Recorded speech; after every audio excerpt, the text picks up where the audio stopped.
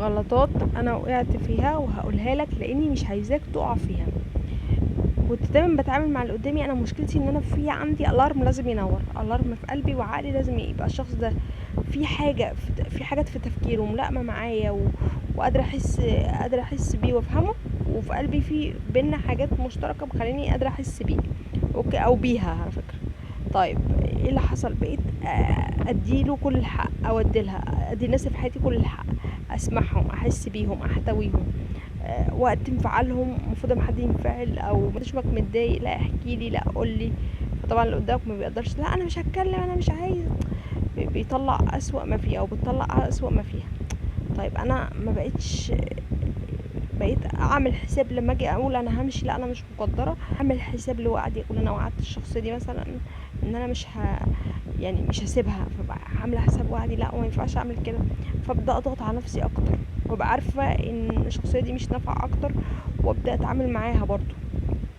لكن اتعلمت، لاني كنت فاكره اللي قدامي لما يلاقيني بعامله كويس مش محتاجه ان انا احافظ على حقي معاه، هو هيحافظ لي على حقي وانا هحافظ له على حقه عندي.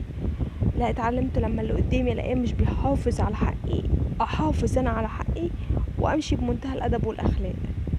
اتعلمت لما اللي قدامي لا يقدر قيمة العطاء والاحترام والاحتواء، وانا بحاول اتفاهم ومش بحاول اتخانق، مش بحاول اوجد خلاف، لا بحاول اوجد حل وبحاول احل المشكلة في دقيقة ونص او 10 دقايق، لان الخصام والخلاف بيكبر الحكاية ما بيصغرهاش.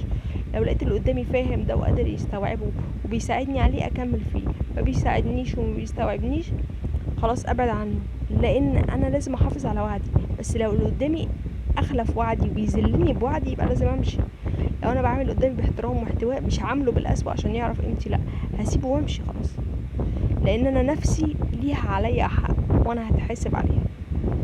وانا مشيت من غير ما اكسر في الشخصيات دي، بالعكس مشيت بمنتهى الادب والاحترام، وهم عارفين على مدى اخلاقي هم لو احتاجوني هيلاقوني، ورغم ان انا احتجت لهم كتير وما لقيتهمش.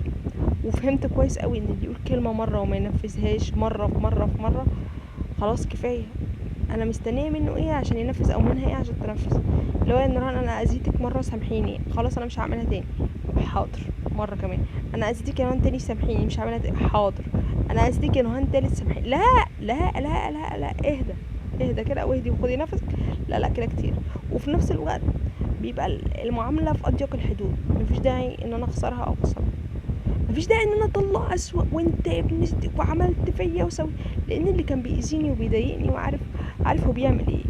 لربما هو كان فاكر انه ممكن يلاقي الاحسن فده من حقه، بس كان ممكن يمشي بطريقه اشيك.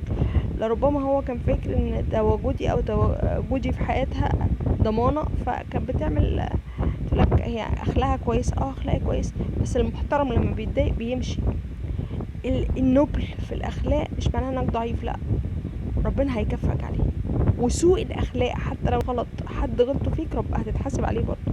يعني انت لو حد اذاك وانت اذيته هو يتحاسب على اذيته ليك، وربنا مش هيقولك انت اذيته رد فعل، هيحاسبك.